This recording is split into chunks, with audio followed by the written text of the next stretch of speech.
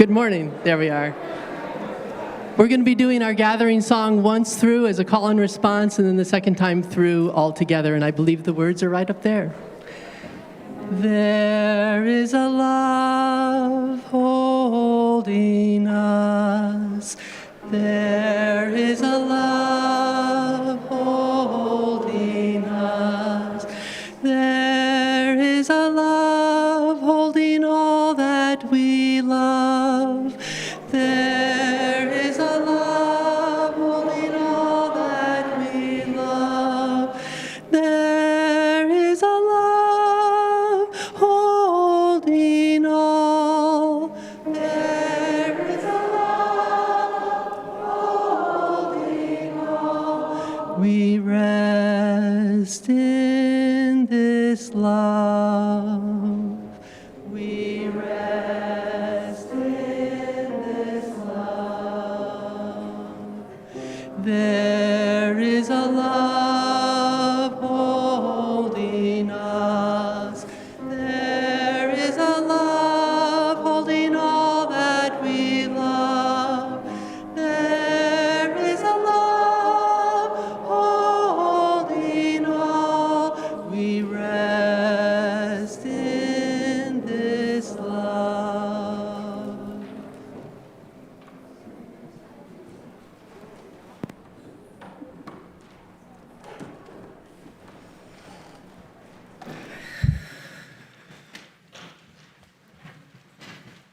Before we begin our service today, we recognize that for millennia, the Western Abenaki people have called this land our home.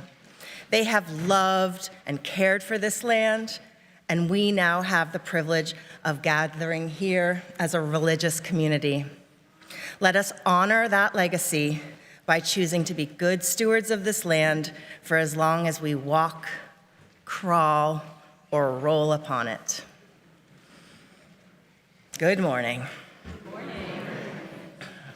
I'm Leah Greenberg, your worship associate for today's significant service.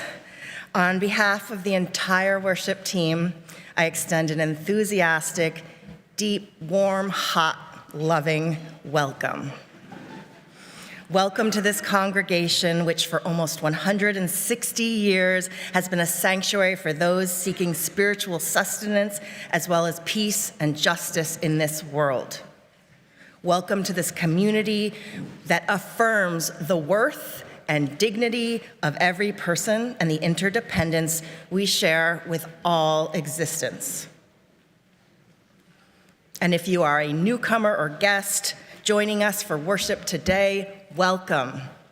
If this is your first or second time visiting and you wish to do so, you are invited to wave or stand up so that we can say hello. Hi.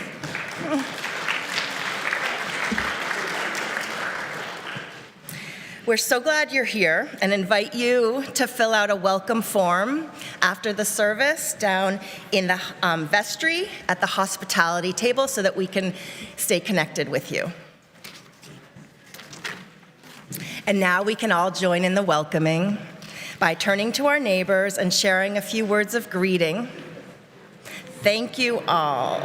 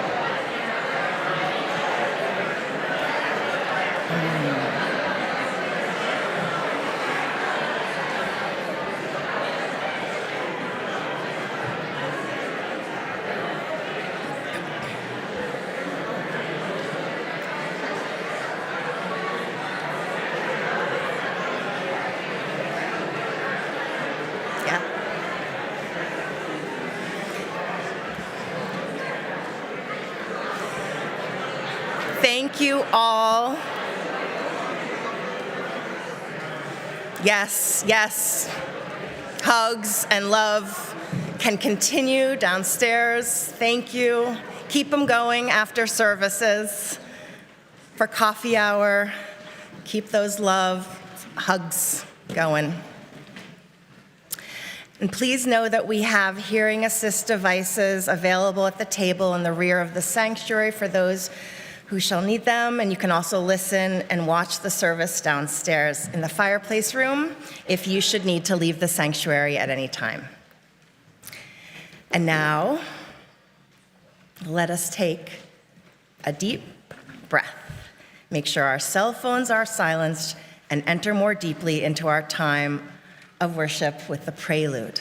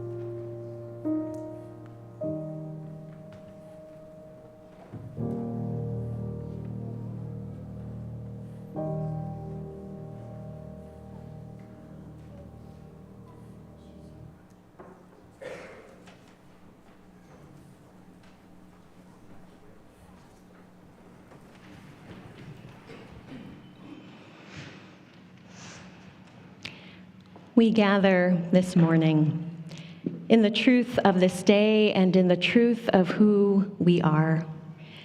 So true is your beating heart today, however broken and tattered, however raw with rage and heavy with grief.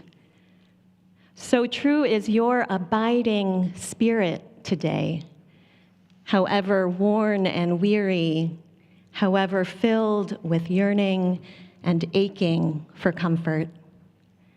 So true is this time as well, this day and this moment. Not the circumstances you may have wished, not the reality you would have chosen, yet true nonetheless, here nonetheless. We join in worship today to share our grief, to gather our strength, to build our courage. So true, too, is this community of loving souls, dedicated to ever ennobling this world with beauty, with justice, with grace, with freedom. Let us plant ourselves today in what is enduring, in what cannot be taken away, the compassion of our hearts, the clarity of our minds, the fortitude of our spirits, the love and grace of all that is holy. Come, let us worship together. And I invite you to rise in body and spirit, and join in singing our opening hymn, which is number 131 in the gray hymnal, Love Will Guide Us.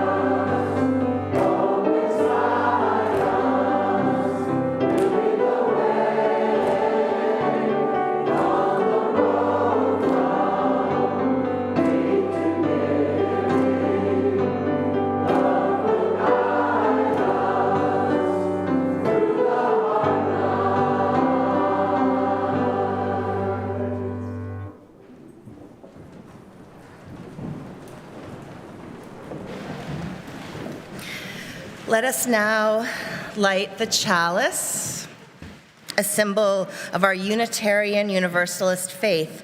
This morning, we welcome Jen Matthews to light the chalice, and as she does, I invite any of you at home to light one with us.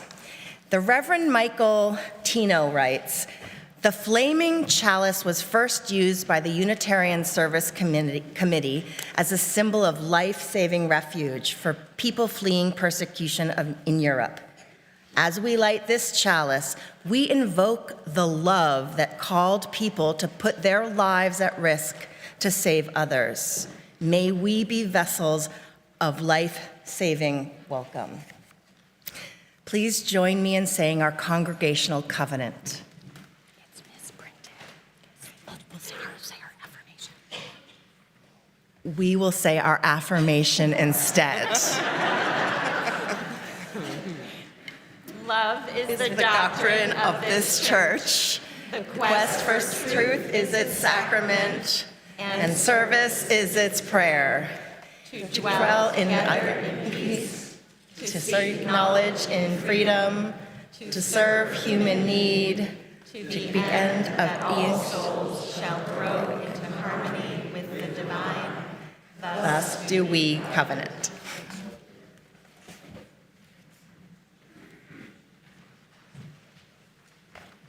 Good morning.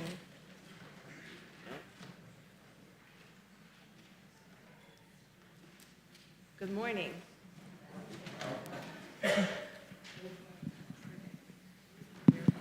Good morning. Okay. All right. I would like to invite all the children and anyone who would like to come up and hear a story to come on up. And parents, caregivers, anyone who would like to join, please feel free.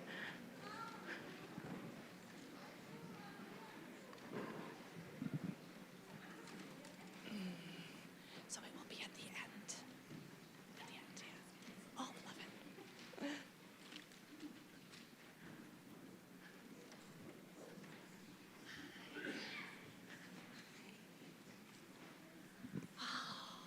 Wow. Look at all these beautiful faces. It is so good to see you all. Oh. Hi, Hattie. Hello, hello, hello. Oh. Ah. Well, today I would like to share a story with you inspired by the parable, The Most Beautiful Heart. And I'm going to need some help telling it today. And so in the story, there's a crowd of people. And could you all help being the crowd of people? Yes. And maybe out here too, everyone? Thank you. All right. So when I point to you, you're going to say the word wow. All right. So let's give it a practice. Ready? Wow. Nice. Oh, we don't even need a second go around. That was excellent. All right. All right. So here's the story. One day, a young man was standing in the middle of the town square, and he was saying that he had the most beautiful heart in the whole village. A large crowd gathered, and they all admired and said that his heart was perfect. They said, "Wow." Yes. There was not a mark or a flaw on it. Yes, they all agreed. It was truly the most beautiful heart they had ever seen. And so the young man was very proud and boasted about what great efforts he had gone to make sure that nobody ever hurt this heart. And he held it up proudly. Does somebody want to hold on to this heart? Maybe. Thank you. All right, great. All right. So suddenly an old man appeared at the front of the crowd, and he said, "Your heart is not nearly as beautiful as mine." The crowd then saw his heart was quite strong, but it was also scarred and damaged in many places. There were pieces missing, and even a few pieces had been repaired with other people's hearts. Could I have some help holding up this heart? Because it's a big one. Yes, come on up. Thank you so much. Yeah, Hattie, come on up. Oh, anybody who wants to hold this heart can come on up. And we're going to turn it right around and so everyone can see it. Yes. Great.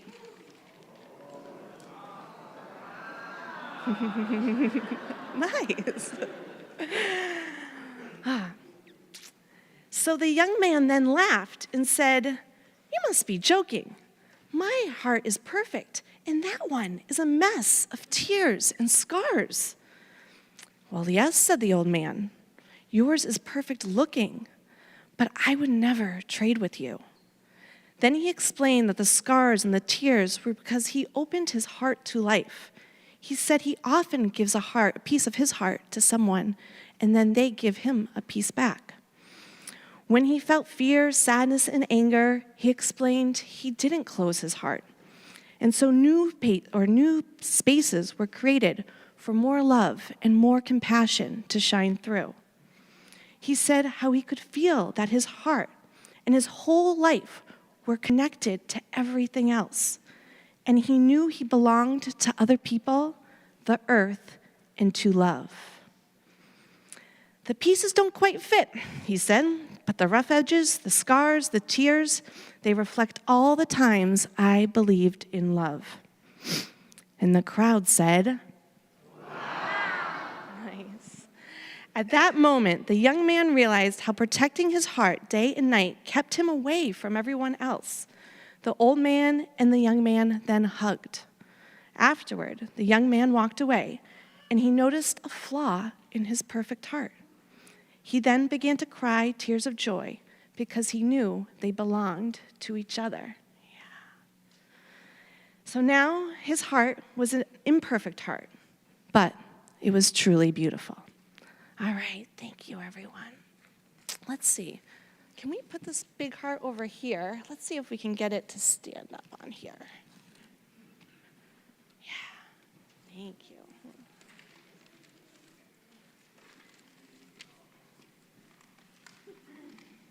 Fantastic. Whoop. Let me get back there. Okay, there we go.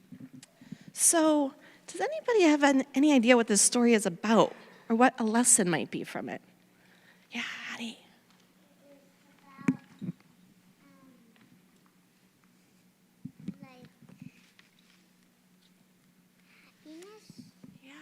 Yes, about happiness? Yes.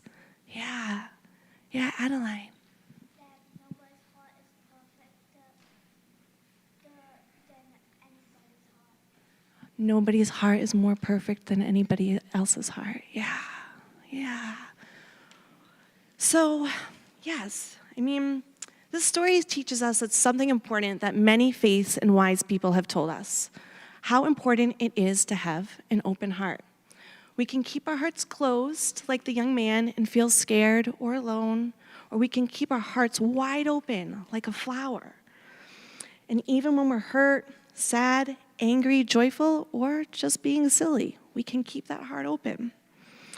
When we do, our heart is like a musical instrument, and it's playing all different notes, and we can feel how beautiful it is to be human and to be together. So each time we keep our hearts open when they want to close, we get braver, kinder, and more loving. And when we keep our hearts open together, like this congregation does day after day, year after year, our community grows its own big, strong heart. And we need each other's hearts to help our own hearts grow, especially when we feel scared or unsure. Some of us might feel a little bit more tender or vulnerable right now, whether from being treated unfairly for simply being ourselves or feeling the sadness of missing someone we love. And it's our community's heart that helps us all take a stand for what's right, to shelter and protect one another, and to care for each other through every storm. It reminds us that we all belong to each other. All right, so we might have put the heart down a little early. Can we actually bring it back over here? Get those helpers to bring it back over here. All right. Thank you. And let's see, can we carry the big heart back over here too? Yeah, you can pick it up and we can just walk it right back over here. So I'm going to ask all of us up here to stand up, okay? And we're going to have a job, and everybody out there is going to have a job too. So I'm going to ask that if we all face everyone out here, if everyone out here can look inside your hearts, look for that wisdom, that strength, that courage, that joy, the pain, all of the things that have made your heart so big and brave and beautiful. And can you toss or blow or send it on up here? And then we are going to catch those things and put it in our big community heart. Okay, so let's bring our heart to the front here. Great. All right. So can you put your hand on your heart? Get all of that goodness, all of that good stuff, and then send it right on up here.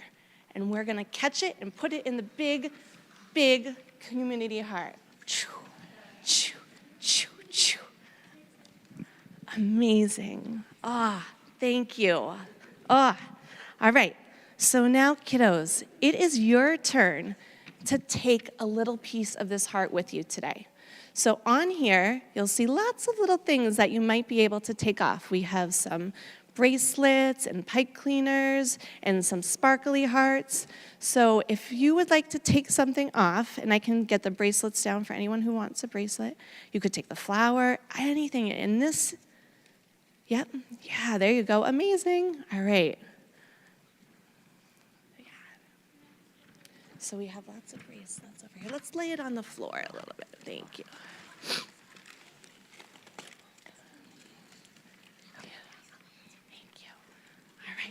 Would you like a bracelet? You do, great. Bracelets? All right. And so, when you leave today, you are able to take a little piece of this big community heart. You can keep it in your pocket, keep it in your backpack, keep it next to your bed. So when you need to be reminded of how big and brave your heart is and how big and brave and beautiful the heart of our community is, and be reminded that it will go with you wherever you go. All right. Thank you, everyone. You can get and we can also put them on when we head into classes too. Fantastic. Thank you. All right. So we are now going to head into our spiritual exploration programming. And so the classes we'll start on the green rug, and then we'll break out into our two groups. We'll start with a snack. We're going to go to 11:15 today, just to give a little bit more time to connect. And then parents and caregivers, if you could come to the children's chapel afterwards to find your children, that would be wonderful.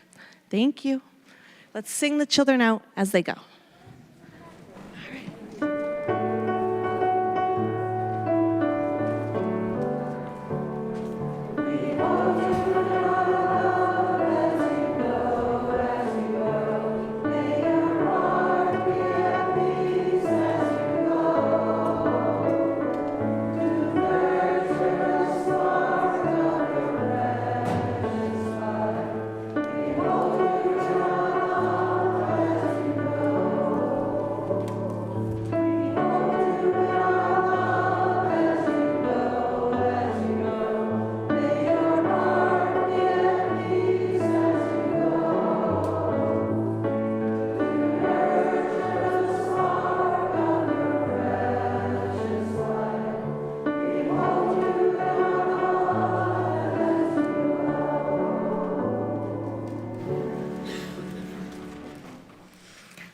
I'd like to welcome Reverend Joan and Jeremy Beaudry for an announcement.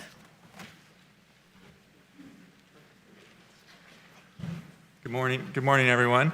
My name is Jeremy Beaudry. I'm currently the president of the UCM Governing Board. Just wanted to share an important action that the board and this community is taking regarding our kind of path to climate resiliency. So during the past year, the board solicited a lot of feedback from many members of the congregation about what is our path forward as we reflect on the events of the flood in 2023 and this year, and start to plan for how we might respond to that situation moving forward. And so there are many different suggestions, many different ideas and opinions about how we should approach this. And given that, what the board has decided to do is to stand up a climate resilience study group to really look very objectively at the situation that we're faced with, as we know that other climate catastrophes may be coming soon. And we want to get a very objective understanding of what the options might be for how this congregation might respond to these changing events with respect to our climate. So this group is going to be co-chaired by Paul Olson. Paul, if you're here, could you just give us a wave? As well as Steve Gold. Steve couldn't be here today. But if you have any interest in learning more about this initiative and being involved in conducting this research, the study group could really use your participation, and you can reach out to Paul and Steve directly. There's also an announcement about this in this week's UCM newsletter, where you can find their email addresses and a little bit more about the specific charge that the board has passed at our last board meeting. And I'll leave it to Joan to say a few words too. I'll just add that I'm very excited for this study group to begin its work. I want to emphasize that this group's charge is to identify and to examine options in as objective a way as possible. And we want to be deliberate as a congregation as we discern what a climate resilient future looks like for us. There are no decisions being made yet. No decisions are being made yet. This is a chance for all of us to practice patience and keeping an open mind. And I just want to thank everyone who's involved with this effort, either directly or just by lending your good listening ears and thoughtful ideas. Thank you.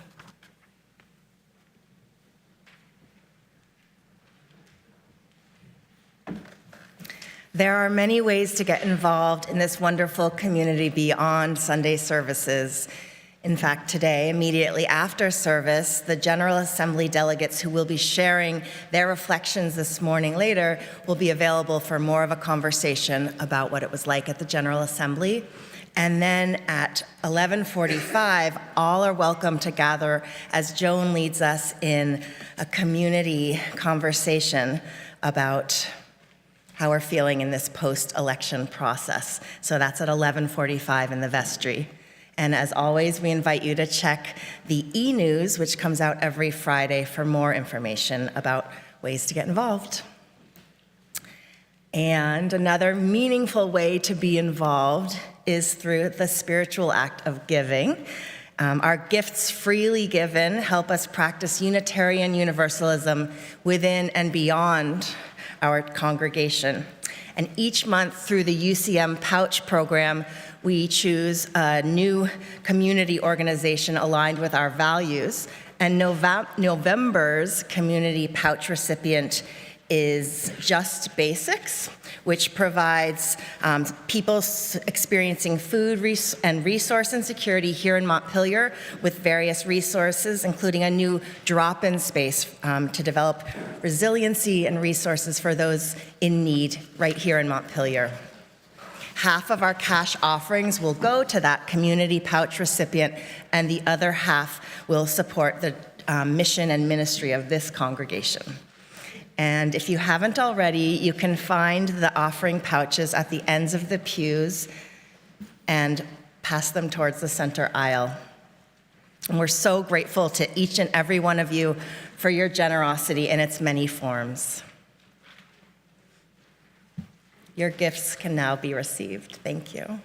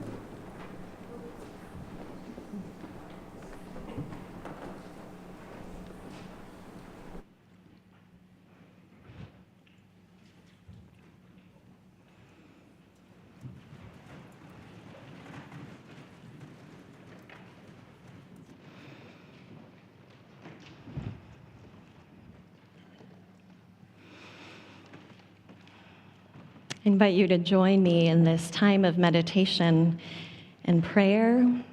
And as we begin, I invite you to settle into your body in whatever way you feel most settled, however you might allow yourself to be most present to your body in this moment. Paying attention to the sensations in your body, from the tingling of your ears to the weight of your shoulders, noticing the rise and the fall of your belly, the heaviness of your thighs, your feet solid upon the ground. I invite you, if you wish, to place a hand on your heart as you were invited to earlier by Caitlin, and to call to mind and heart what that was, that quality of heart that you offered earlier.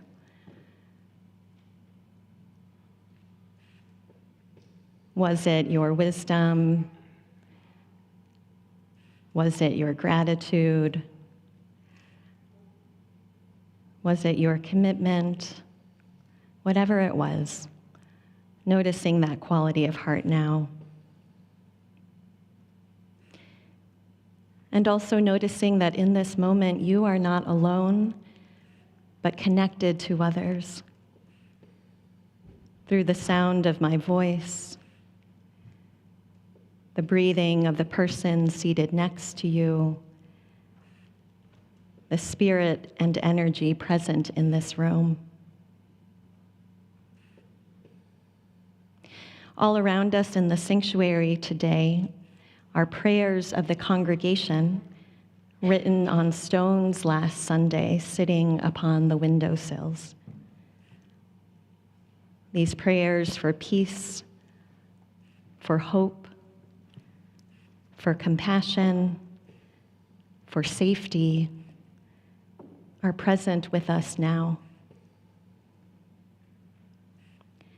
I invite you in silence or spoken aloud to join the prayer that you have on your heart in this moment with these prayers already surrounding us.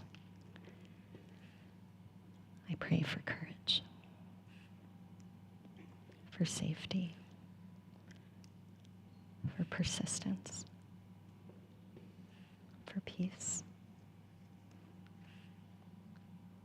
I pray for all those who are scared.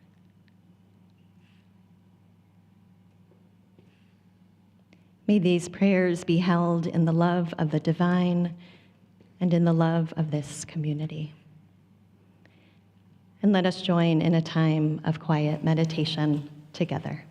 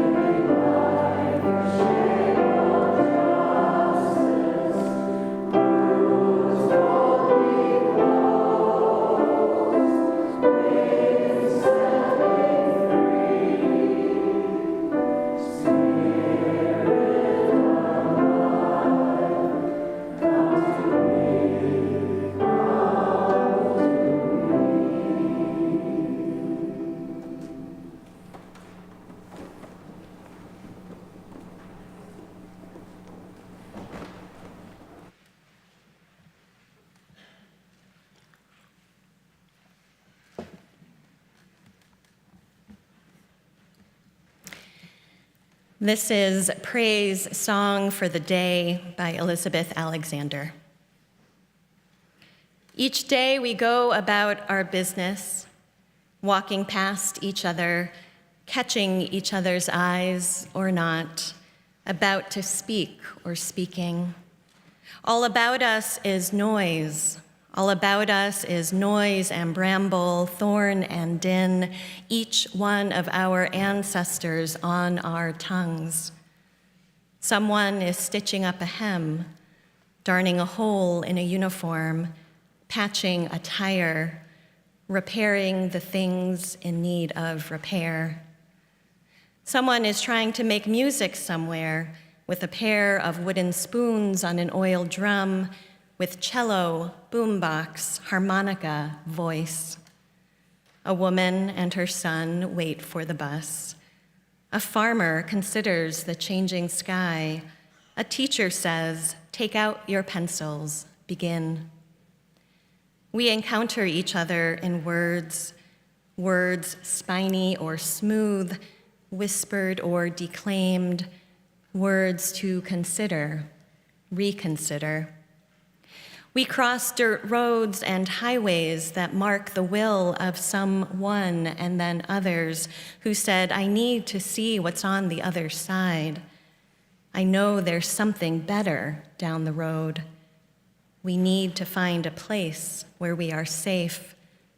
We walk into that which we cannot yet see. Say it plain that many have died for this day. Sing the names of the dead who brought us here, who laid the train tracks, raised the bridges, picked the cotton and the lettuce, built brick by brick the glittering edifices they would then keep clean and work inside of. Praise song for struggle. Praise song for the day. Praise song for every hand-lettered sign, the figuring it out at kitchen tables. Some live by love thy neighbor as thyself. Others by first do no harm or take no more than you need. What if the mightiest word is love? Love beyond marital, filial, national, love that casts a widening pool of light, love with no need to preempt grievance. In today's sharp sparkle, this winter air, anything can be made, anything begun. On the brink, on the brim, on the cusp. Praise song for walking forward in that light.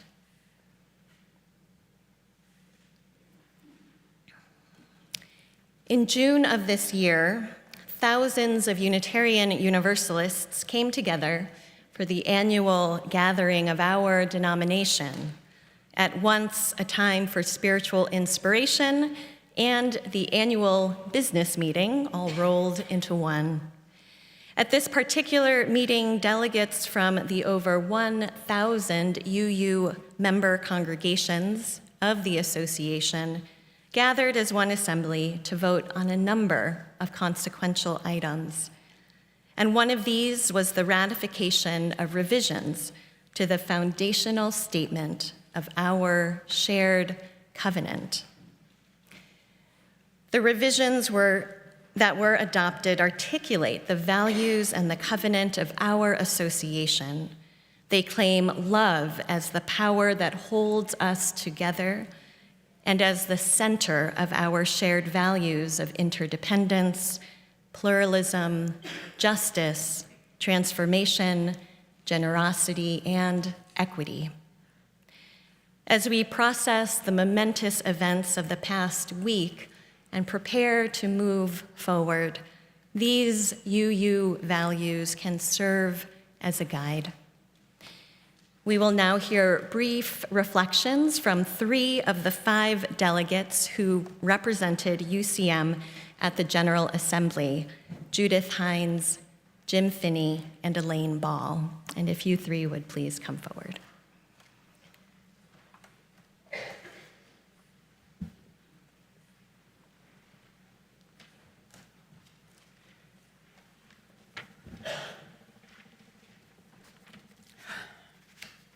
Good morning.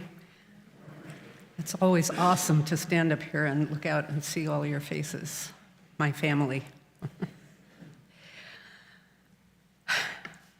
Love has always been the foundation of my personal theology.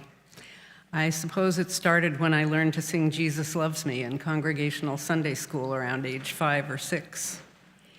My belief was solidified in high school when our youth fellowship held a debate about whether you had to be a Christian in order to be saved. I took the position that of course you didn't. A loving God wouldn't condemn a person who had never even heard of Jesus. In other words, I believed in universal salvation, even though I had never heard of Universalists or Unitarians. So when you all handed me the opportunity to represent you at the 2024 General Assembly, where we would be voting on a new articulation of UU values with love at the center, how could I say no? It didn't hurt that the meetings were all virtual, meaning I didn't have to force my introvert self to go hang out with thousands of other people all day. That was a relief. It's easy to say love is at the center of our faith. A bit more challenging to discern how to apply that in our complicated, scary world. But I saw love in action in myriad ways at GA. There were clear and impassioned explanations of the 6 satellite values named in the revised Article 2 of our bylaws: justice, equity, transformation, pluralism, interdependence, and generosity. There were resolutions adopted expressing our support for Palestinian people, Jewish people, gender diverse people, people impacted by climate change and by COVID-19, people targeted by racism, sexism, sizeism, and ableism. These are all us, as you know. We are all siblings in the human family. I also saw love in action in the way GA operated.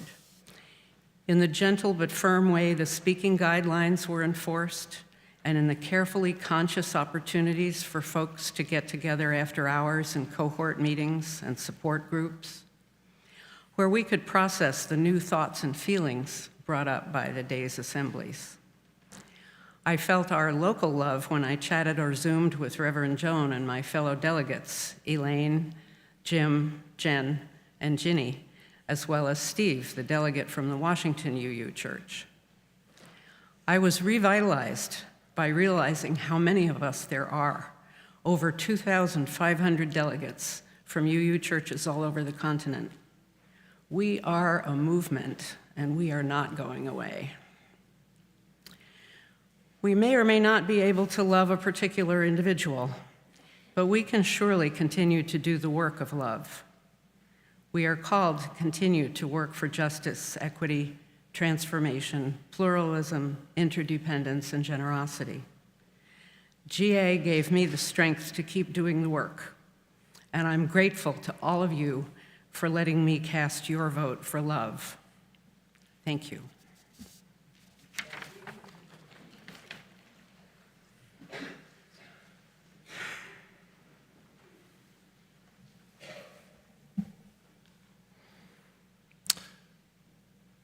It's been an honor to represent UCM both this year and last year as a delegate to the General Assembly of the Unitarian Universalist Association.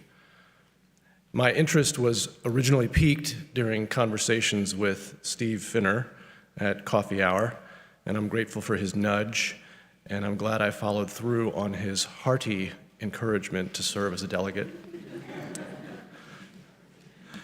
From the moment I joined my first business session last year, I was struck by the wide range of thoughtful perspectives and strong emotions in every discussion.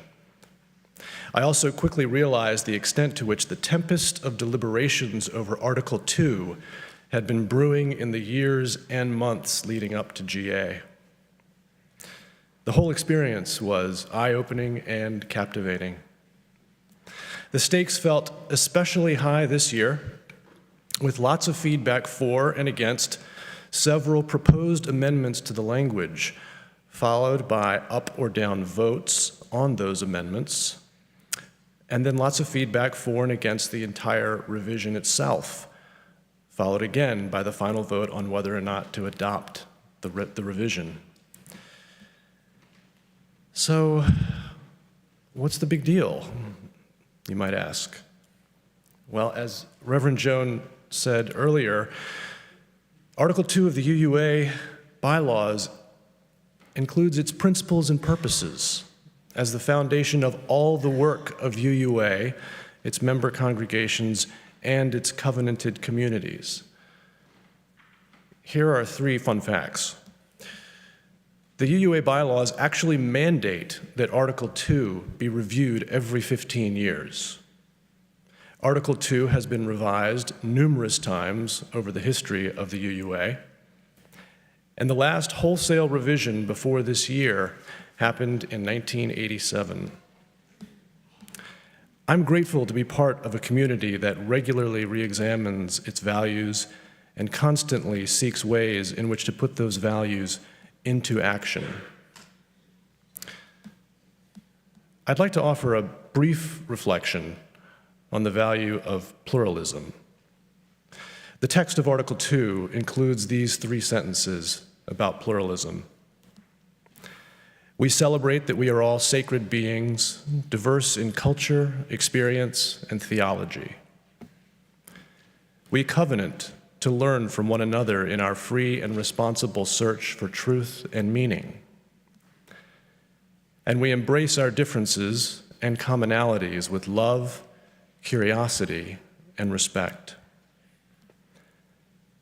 I really like this notion of curiosity. Curiosity.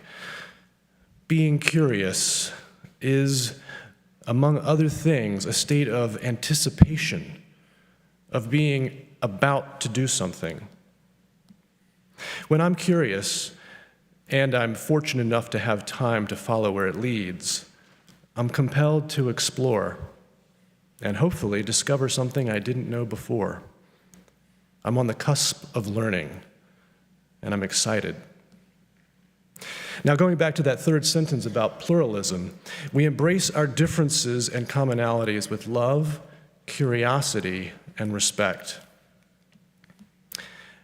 As I read it, this is a call for each of us as individuals to proactively embrace the differences and commonalities of others, particularly those with whom we are not yet acquainted, otherwise known as strangers. In other words, pluralism is something we do. It's not just an ideal state of social relations that we hope will emerge through some kind of virtuous process of demographic evolution.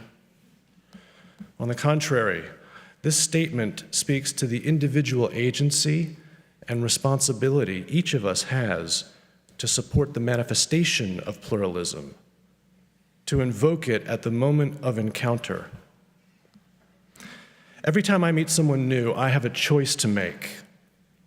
When I lead with love, curiosity, and respect, I am supporting our shared value of pluralism. Again, the curiosity piece is essential. It launches the impulse to notice the moment and take the opportunity to ask, in one way or another, with complete sincerity, what is it like to be you? Now I'm really listening. I've tossed all assumptions aside. I'm ready to learn, to imagine, to empathize, as long as I stay curious. Thank you.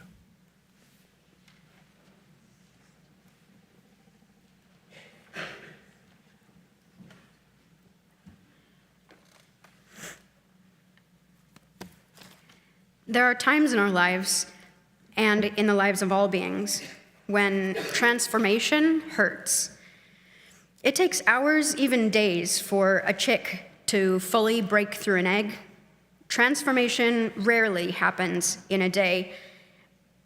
Although there are often distinctly memorable, transformative moments in our lives, I'm sure most of us can think of a time perhaps even recently, when a monumental event shook us to our core. One of the most transformative events or times in my life was when I was just emerging as a young adult, encountering life-altering knowledge that caused my foundation to crumble beneath me. Leaving the Church of Jesus Christ of Latter-day Saints, which I was born into, was painful. Being a Mormon was core to my identity. Learning that what I had always believed to be true was a lie, I felt betrayed and transformed, different, new. I learned that I valued truth more than blind compliance. How can we stare at transformative moments like these and wish that we wouldn't be changed? I don't believe we value stagnation over transformation.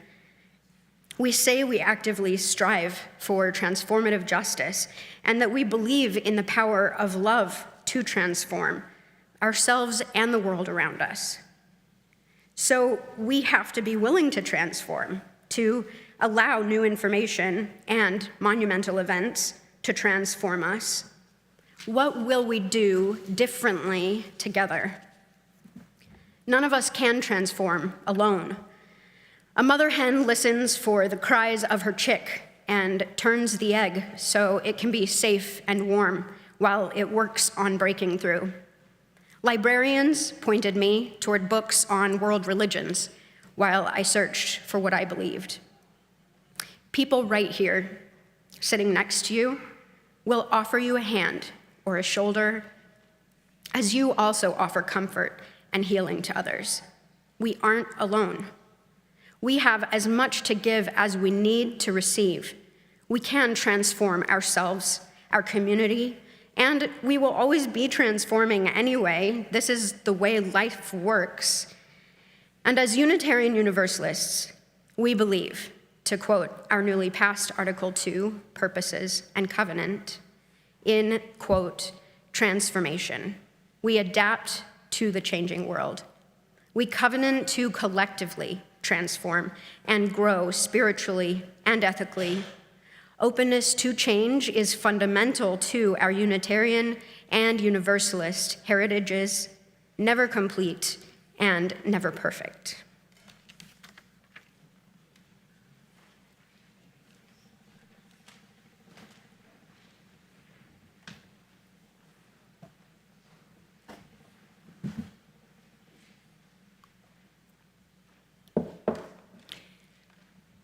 Thank you, Judith, Jim, and Elaine. Will you take a breath with me?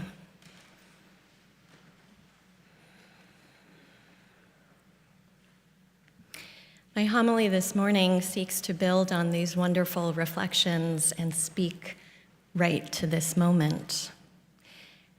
And so first, here's a disclaimer. As much as I want it to be the case, my words today cannot and will not provide you with an easy way forward. My words today cannot and will not take away all of your angst or confusion. My words today cannot and will not promise you a happy ending to this chapter of our democratic experiment. I cannot and will not do these things because, quite honestly, I can't do them for myself. Not that I won't try to find ease and clarity in this moment for myself, or help you find ease and clarity as well. But together, perhaps, we can help one another find a way forward. The truth of the matter is that none of us has faced this particular moment before, as much as it echoes moments in troubled years past with its volatility, its division, its immorality. This is a new moment in time, born of generations-long social ills and also the particular convergence of contingencies and players in our time.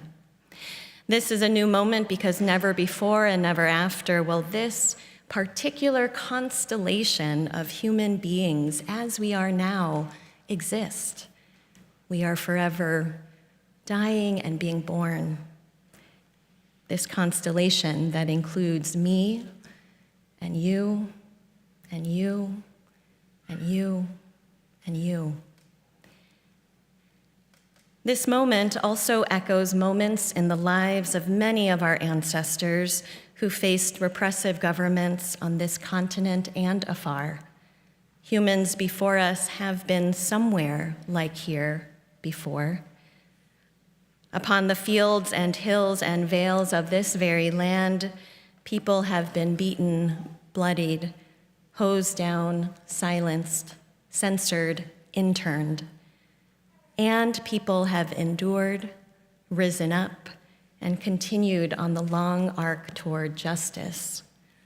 Even now, people across the globe are enduring dire and deadly circumstances and are rising up and finding a way forward on their own arc toward justice and peace.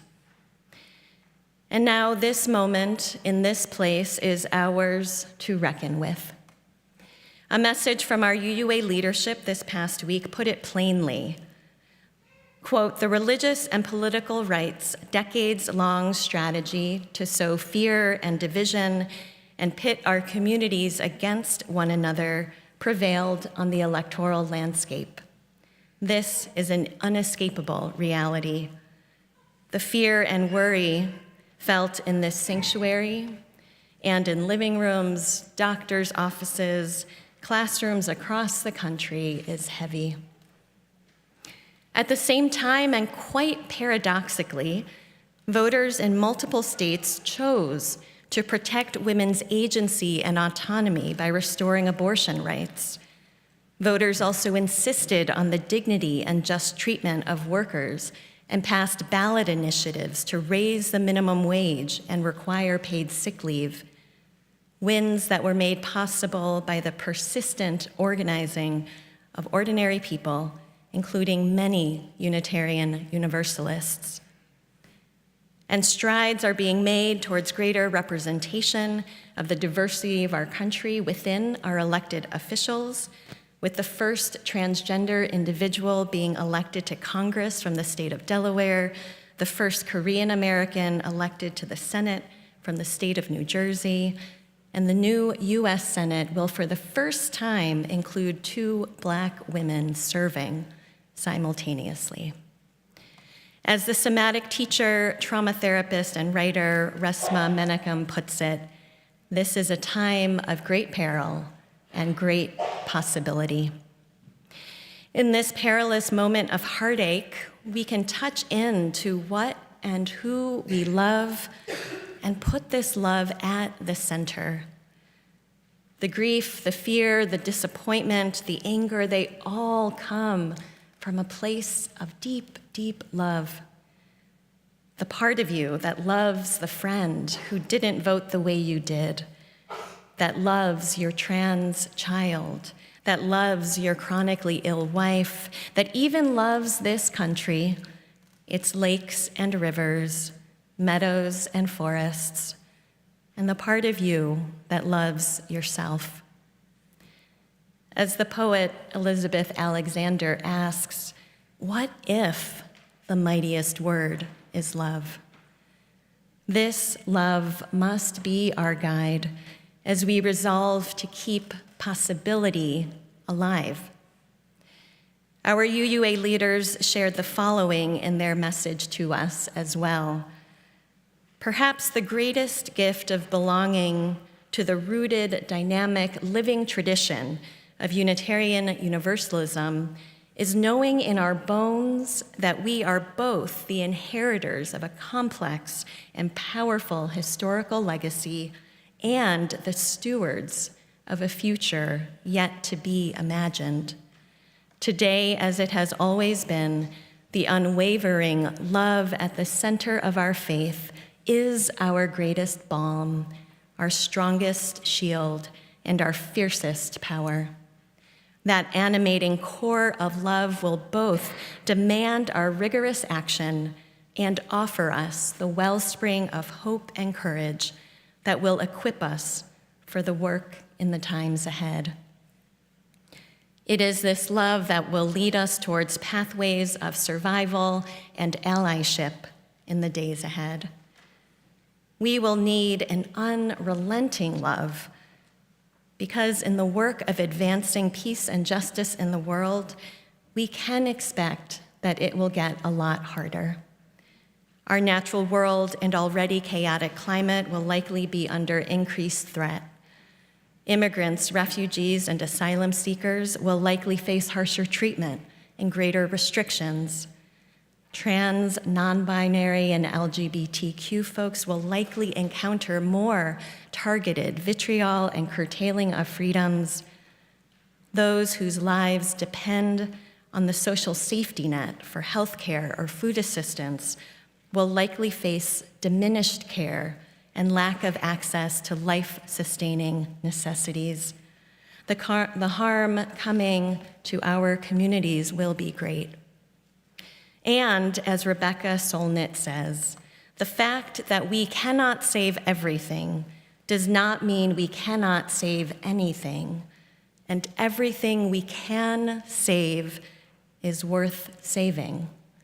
Remember what you love. Remember what loves you. Remember in this tide of hate what love is. The pain you feel is because of what you love.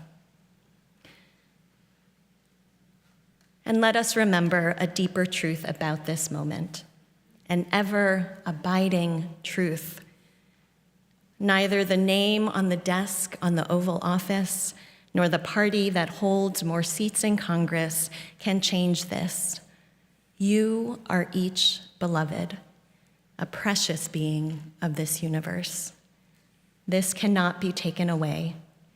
Each of you are beloved and worthy of belonging.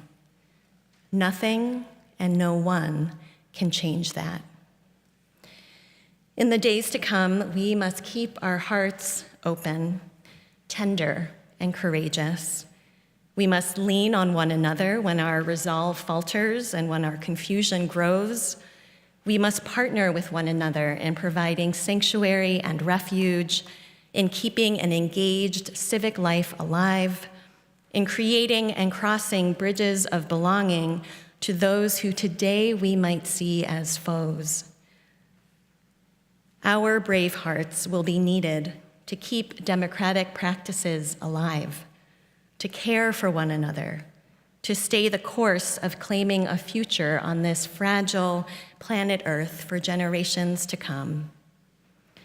And we have this community to lean on, this community of brave and loving souls who honor our interdependence and give generously of our gifts. And I invite you now to just take a moment to look around this room and to witness one another.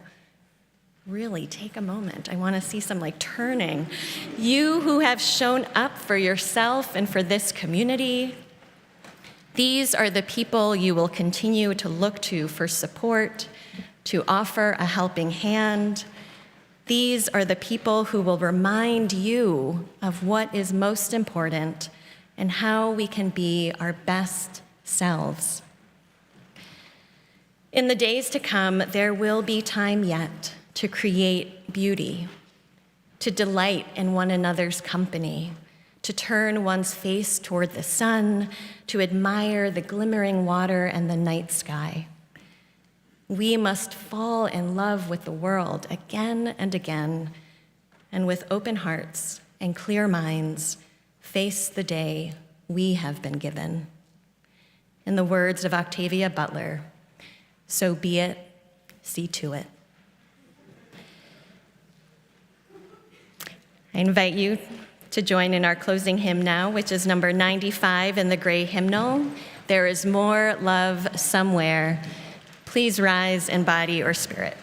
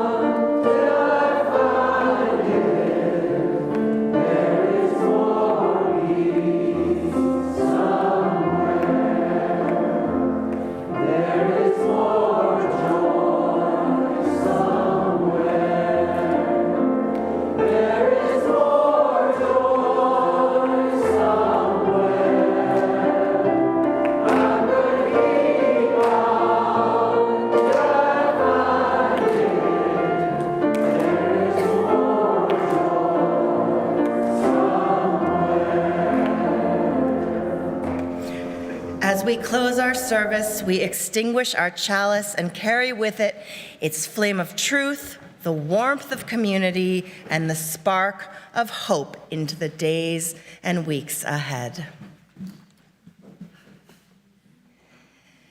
And as we do so, let us say our mission statement together.